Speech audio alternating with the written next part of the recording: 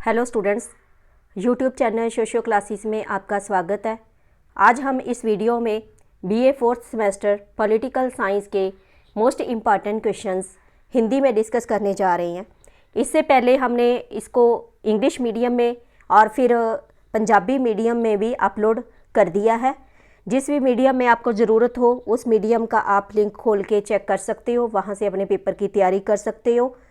और बाकी सारे सब्जेक्ट्स के भी आपको वीडियो यहीं मिल जाएंगे, वहाँ से अपने पेपर की तैयारी करो और अच्छे अच्छे मार्क्स लो। और इसके अलावा सिलेबस के वीडियो भी अपलोड कर दिए गए हैं। हर एक सब्जेक्ट्स के आप सिलेबस भी यहाँ से देख सकते हो।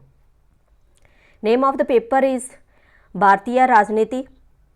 इसको आपके पेपर के सिलेबस जो है उसके अकॉर्डिंग, पेपर के पैटर्न के अकॉर्डिंग ही तैयार किया गया है।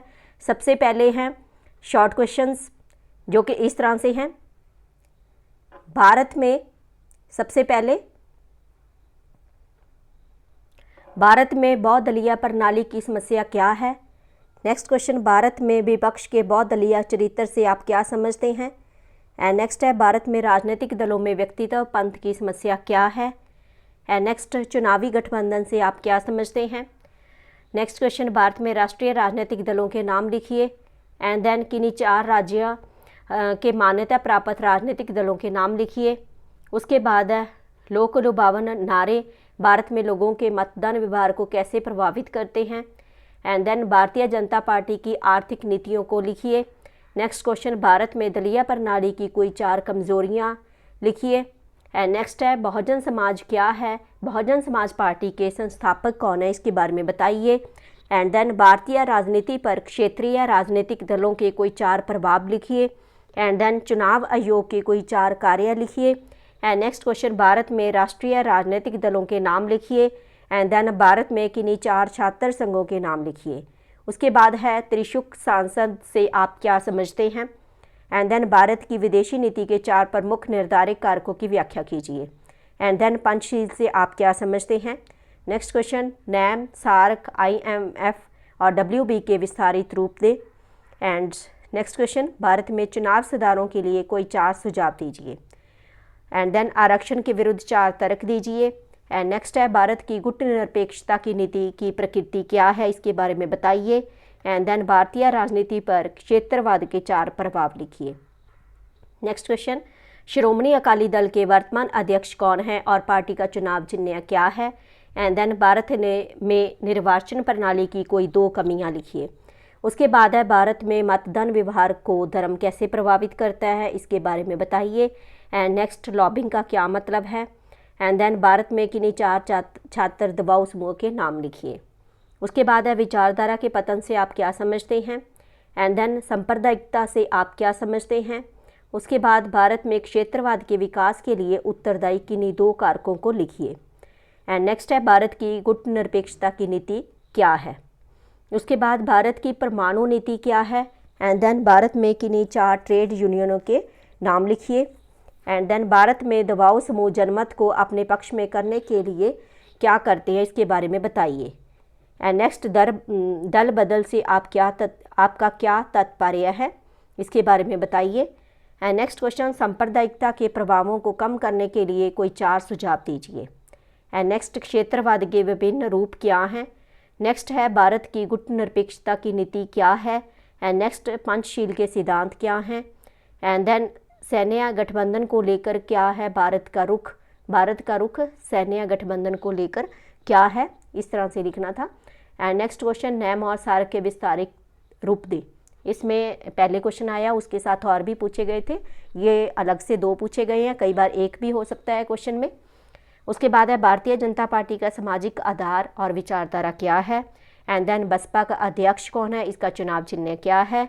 एंड नेक्स्ट है, किन्हीं 2 जाति आधारित दबाव समूह के नाम लिखिए। एंड देन भारतीय निर्वाचन प्रणाली के किन्हीं 4 दोषों का उल्लेख कीजिए। एंड नेक्स्ट है, चुनाव आयोग बहुसदस्यीय कब बना, इसमें यह बताना आपने। एंड नेक्स्ट, भारत के किन्हीं 2 क्षेत्रीय राजनीतिक दलों के रीजनल जो पॉलिटिकल पार्टीज है उनके नाम लिखने हैं। एंड देन भारत में विभिन्न राजनीतिक दलों को चुनाव चिन्ह किसने प्रदान किया और चुनाव में चुनाव चिन्ह का क्या महत्व है, ये लिखना है। एंड देन AIADMK की विचारधारा क्या है? अतीत में इस पार्टी के किसी प्रमुख नेता का नाम बताइए। और भारतीय राजनीति पर धर्म की छाया कैसे पड़ती है? उसके बाद है, ये अतीत में नहीं, जो प्रेजेंट में इस पार्टी के कोई प्रमुख नेता जो हैं उसके बारे में इसमें बताना है। नेक्स्ट क्वेश्चन, भारत में राजनीतिक कलाकारों को कैसे समायोजित करती है? एंड देन नैम गुटनिरपेक्ष आंदोलन क्यों बनाया गया था? संस्थापक सदस्यों के नाम बताइए। स्टूडेंट्स, अगर किसी क्वेश्चन में आपको कन्फ्यूज़न होती है तो इंग्लिश मीडियम का वीडियो ज़रूर देख लेना, क्योंकि वहाँ ओरिजिनल बनाया गया है, ये ट्रांसलेट किया गया है हिंदी में, तो कई बार कोई कन्फ्यूज़न क्रिएट हो जाती है। एंड नेक्स्ट क्वेश्चन है, इस समय कितने देश नैम के सदस्य हैं? एंड देन भारतीय राजनीति में क्षेत्रीय दलों और गठबंधन युग की भूमिका का वर्णन कीजिए। एंड देन INC की विचारधारा और कार्यक्रम क्या है? एंड नेक्स्ट है, राजनीतिक दलों एवं दबाव समूह के कोई दो अंतर लिखिए। एंड देन 4 राष्ट्रीय राजनीतिक दलों के नाम लिखिए। एंड नेक्स्ट क्वेश्चन, CPI का सामाजिक आधार क्या है? एंड देन राजनीतिक दलों एवं दबाव समूहों में दो अंतर बताइए। उसके बाद है, बसपा का अध्यक्ष कौन है, इसका चुनाव चिन्ह क्या है? एंड देन मुख्य चुनाव आयोग का नाम बताइए। उसके बाद है, 2 छात्र दबाव समूह के नाम दीजिए। एंड नेक्स्ट क्वेश्चन, क्षेत्रवाद क्या है? एंड नेक्स्ट क्वेश्चन, भारतीय निर्वाचन प्रणाली के 4 दोषों का उल्लेख कीजिए। एंड नेक्स्ट क्वेश्चन, भारत में धर्म ने राजनीति को कैसे प्रभावित किया है? एंड देन त्रिशुक संसद क्या है? इसके बाद NDA का मतलब क्या होता है? एंड देन भारतीय राजनीति में 4 उभरती प्रवृत्तियों का उल्लेख कीजिए। नेक्स्ट क्वेश्चन, भारतीय सैन्य गठजोड़ का विरोध क्यों करता है? एंड नेक्स्ट क्वेश्चन, भारत ने नैम को क्यों अपनाया? भारत के लिए नैम की नीति के क्या लाभ थे? ये थे शॉर्ट क्वेश्चंस। अब हैं लॉन्ग ऐसे टाइप क्वेश्चन यूनिट फर्स्ट के, जिसमें है फर्स्ट क्वेश्चन, भारतीय दलीय प्रणाली की प्रकृति की आलोचनात्मक व्याख्या कीजिए। स्टूडेंट्स, जैसे आप जानते हैं हर एक यूनिट में से 2 लॉन्ग क्वेश्चन आपको पूछे जाने हैं, किसी एक का आपने आंसर देना है और जितना क्वेश्चन पूछा जाता है उसके बारे में ज़रूर लिखना है। कई बार किसी क्वेश्चन को 2 पार्ट्स में, कईयों को 3 में पूछा जाता है, तो उसके अकॉर्डिंग उसका आंसर देना है। और हर एक लॉन्ग क्वेश्चन का स्टार्टिंग जो है इंट्रोडक्शन से करनी है और एंड कंक्लूड करके ही करना है। और बीच में अगर पॉइंट्स बना सकते हो, हेडिंग्स बना सकते हो, सब हेडिंग्स बना सकते हो तो बहुत अच्छा रहेगा। और हेडिंग्स चाहते हो तो आप इंग्लिश में भी लिख सकते हो, चाहे पंजाबी के स्टूडेंट्स हैं चाहे हिंदी मीडियम के, आप हेडिंग्स डेफिनेशंस वगैरह वो आप इंग्लिश में कर सकते हो, इससे ज़्यादा अच्छे नंबर आपके आ पाएंगे। और इसका डिटेल जब करोगे तो 4 शीट्स एक क्वेश्चन की भर जाए तो ज़्यादा बेटर रहेगी। और अच्छा मटेरियल लिखा होना ज़रूरी है, 18 मार्क्स का ये क्वेश्चन होता है। हाँ जी, नेक्स्ट क्वेश्चन हम कर रहे थे, भारत में दलीय व्यवस्था की विशेषताएं लिखिए। एंड नेक्स्ट, भारतीय राष्ट्रीय कांग्रेस के सामाजिक और वैचारिक आधार की व्याख्या कीजिए।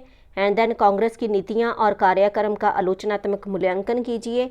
भारतीय राष्ट्रीय कांग्रेस की विचारधारा और कार्यक्रम की चर्चा कीजिए। श्रोमणी अकाली दल की नीतियों, कार्यक्रम और प्रदर्शन का आलोचनात्मक मूल्यांकन कीजिए। यहाँ पे आलोचनात्मक मूल्यांकन लिखा है तो वहाँ पे आपने क्रिटिसाइज जरूर करना है। बाकी क्वेश्चन ज़्यादा डिटेल में करके क्रिटिसिज्म कम कर सकते हो, जैसे एक शीट के ऊपर, जहाँ एक शीट के ऊपर क्रिटिसिज्म साथ में एक से कम और साथ में ही आप कंक्लूड 4-5 लाइन में कर देते हो तो भी ठीक रहेगा, लेकिन जो पूछा गया उसका आंसर ज़रूर देना है। नेक्स्ट है, भारतीय जनता पार्टी की विचारधारा, नीतियाँ और कार्यक्रम का मूल्यांकन कीजिए। एंड देन भारतीय कम्युनिस्ट पार्टी की विचारधारा और सामाजिक आधार की चर्चा कीजिए। एंड नेक्स्ट है, भाजपा की विचारधारा, समर्थन, आधार और राजनीतिक प्रदर्शन पर चर्चा करें। उसके बाद है, भाजपा की नीतियाँ, कार्यक्रम और उपलब्धियों पर चर्चा करें। कई क्वेश्चंस के आंसर सेम है लेकिन उसको मोल्ड करके डाला गया है, इसी तरह आपके पेपर में भी मोल्ड करके क्वेश्चंस डाले जा सकते हैं, उसके अकॉर्डिंग आपने आंसर देना होगा। अब यूनिट सेकंड, जिसमें है चुनाव आयोग की प्रक्रिया और भूमिका पर चर्चा करें। एंड नेक्स्ट, भारत की चुनाव प्रणाली की कमजोरियां क्या है, इन्हें दूर करने के सुझाव दीजिए। एंड देन दबाव समूह को परिभाषित कीजिए। भारत में विभिन्न दबाव समूह का वर्गीकरण कीजिए। एंड नेक्स्ट है, भारत या भारतीय राजनीति में दबाव समूह की भूमिका पर चर्चा करें। एंड देन भारत में चुनाव आयोग की संरचना, शक्तियाँ और स्थिति पर चर्चा करें। एंड नेक्स्ट है, भारत के दबाव समूह द्वारा अपनाई गई विधियों की व्याख्या कीजिए। एंड देन भारतीय चुनाव प्रणाली के दोष क्या हैं, उन्हें कैसे दूर किया जा सकता है। एंड नेक्स्ट, भारत में दबाव समूह की प्रकृति और कार्यों की चर्चा कीजिए। एंड देन, भारत में दबाव समूह द्वारा अपनाई गई भूमिका और विधियों की व्याख्या कीजिए। एंड देन, भारत में दबाव समूह की भूमिका का आलोचनात्मक मूल्यांकन कीजिए। एंड नेक्स्ट है, मतदान व्यवहार से आपका क्या तात्पर्य है। भारत में मतदान व्यवहार को प्रभावित करने वाले कारकों की चर्चा कीजिए। एंड नेक्स्ट है, भारत में मतदान व्यवहार के निर्धारक क्या हैं, इसके बारे में लिखिए। भारत में चुनाव आयोग की संरचना, शक्तियाँ और स्थिति का वर्णन करें। अब यूनिट 3 के क्वेश्चंस इस तरह से हैं। भारतीय राजनीति में उभरते रुझान क्या हैं। एंड देन, भारत में धर्म राजनीति को कैसे प्रभावित करता है। भारतीय राजनीति पर धर्म के प्रभाव को कम करने के सुझाव दीजिए। एंड नेक्स्ट है, भारतीय राजनीति पर जाति का क्या प्रभाव पड़ा, इसके बारे में लिखिए। एंड देन, भारत में धर्म और राजनीति के बीच संबंधों को लिखिए। जाति से आप क्या समझते हैं, जाति का भारतीय राजनीति पर क्या प्रभाव पड़ा है, ये लिखना है। एंड देन, कास्ट, जाति से आपका क्या मतलब है। भारत में कलाकारों का राजनीतिकरण किया गया है, टिप्पणी कीजिए। एंड देन, ये क्वेश्चन आप इंग्लिश में देख लेना, कलाकारों की जगह कुछ और हो सकता है। नेक्स्ट है, भारत में जाति और राजनीति के बीच अनक्रिया लिखिए। और क्षेत्रवाद से आप क्या समझते हैं, भारतीय राजनीति पर क्षेत्रवाद के प्रभाव का वर्णन कीजिए। एंड देन, भारत में क्षेत्रवाद के कारणों और परिणामों को लिखिए। एंड नेक्स्ट है, भारत में क्षेत्रीय दलों के बढ़ते महत्व के कारण और परिणाम क्या है, इसके बारे में लिखिए। नेक्स्ट क्वेश्चन है, भारत में उदारीकरण की नीति क्यों अपनाई गई, इस नीति के पक्ष और विपक्ष में तर्क दीजिए। एंड देन, भारत में उदारीकरण और निजीकरण के गुण और दोष लिखिए। नेक्स्ट क्वेश्चन, उदारीकरण की नीति क्या है, क्या ये भारत में सफल है, पक्ष और विपक्ष में तर्क दीजिए। नेक्स्ट क्वेश्चन, उदारीकरण और निजीकरण की नीति ने भारत में राजनीति को किस प्रकार प्रभावित किया, इसके बारे में लिखिए। एंड देन, नेम से आप क्या समझते हैं, आधुनिक विश्व परिदृश्य में इसकी अनूठी विशेषताओं पर और प्रासंगिकता पर चर्चा करें। एंड नेक्स्ट, गुटनिरपेक्ष आंदोलन क्या है, भारत गुटनिरपेक्ष आंदोलन में क्यों शामिल हुआ, इसके बारे में लिखिए। स्टूडेंट्स, आपको ये वीडियो कैसा लगा, कितना आपके पेपर इसमें से आता है, ये कमेंट करके ज़रूर बताना। और बाकी पेपर कैसे हो रहे हैं, ये भी आप यहाँ से तैयारी कर रहे हो तो ज़रूर उसके बारे में बताना। नहीं कर रहे हो तो आप कर सकते हो, क्योंकि सारे के मोस्ट इम्पॉर्टेंट क्वेश्चंस सब्जेक्ट्स के डाले गए हैं, वहाँ से आप अपने पेपर की तैयारी कर सकते हो। और आपका रिस्पांस मेरे लिए इंस्पिरेशन बनता है। एंड नेक्स्ट क्वेश्चन है, गुट निरपेक्षता से आप क्या तात्पर्य है, गुट निरपेक्षता की प्रकृति या विशेषताओं को लिखिए। एंड देन, भारत ने गुट निरपेक्षता की नीति क्यों अपनाई, भारत के लिए नीति कैसे फ़ायदेमंद रही है, इसके बारे में लिखिए। उसके बाद है, भारत के लिए गुट निरपेक्षता के क्या फ़ायदे और नुकसान रहे हैं। नेक्स्ट है, क्या गुट निरपेक्ष आंदोलन आज प्रासंगिक है, कारण बताइए। एंड देन, गुट निरपेक्ष आंदोलन में भारत की भूमिका पर एक निबंध लिखिए। एंड देन, यूनिट 4 के क्वेश्चंस, भारतीय विदेशी नीति के निर्धारक क्या हैं। एंड देन, विदेशी नीति को परिभाषित कीजिए। भारतीय विदेशी नीति को निर्धारित करने वाले राष्ट्रीय और अंतर्राष्ट्रीय कारकों की चर्चा कीजिए। एंड नेक्स्ट क्वेश्चन है, विदेशी नीति से आप क्या समझते हैं, भारत की विदेशी नीति के निर्धारक लिखिए। एंड देन, भारत की विदेशी नीति के मूल सिद्धांतों की व्याख्या कीजिए। एंड देन, भारत के लिए गुट निरपेक्षता की नीति के गुण और दोष क्या रहे हैं। नेक्स्ट क्वेश्चन, गुट निरपेक्ष आंदोलन में भारत की भूमिका पर एक निबंध लिखिए। नेक्स्ट क्वेश्चन, क्या गुट निरपेक्ष आंदोलन आज प्रासंगिक है, कारण दे। एंड देन, भारत की विदेशी नीति के निर्धारकों की विवेचना कीजिए। साथ ही भारत की विदेशी नीति के किन्हीं 4 मूलभूत सिद्धांतों की चर्चा कीजिए। उसके बाद है, NAM की प्रकृति और इसके गठन के बाद से इसकी भूमिका पर चर्चा करें। स्टूडेंट्स, ये थे लॉन्ग क्वेश्चंस और शॉर्ट क्वेश्चंस। आप यहाँ से बेफिक्र होकर अपनी तैयारी कर सकते हो। जितने क्वेश्चंस बनाए गए हैं सभी की तैयारी कर लेना, और कैसा पेपर होता है ज़रूर बताना। Thank you. मिलते हैं हम अपने अगले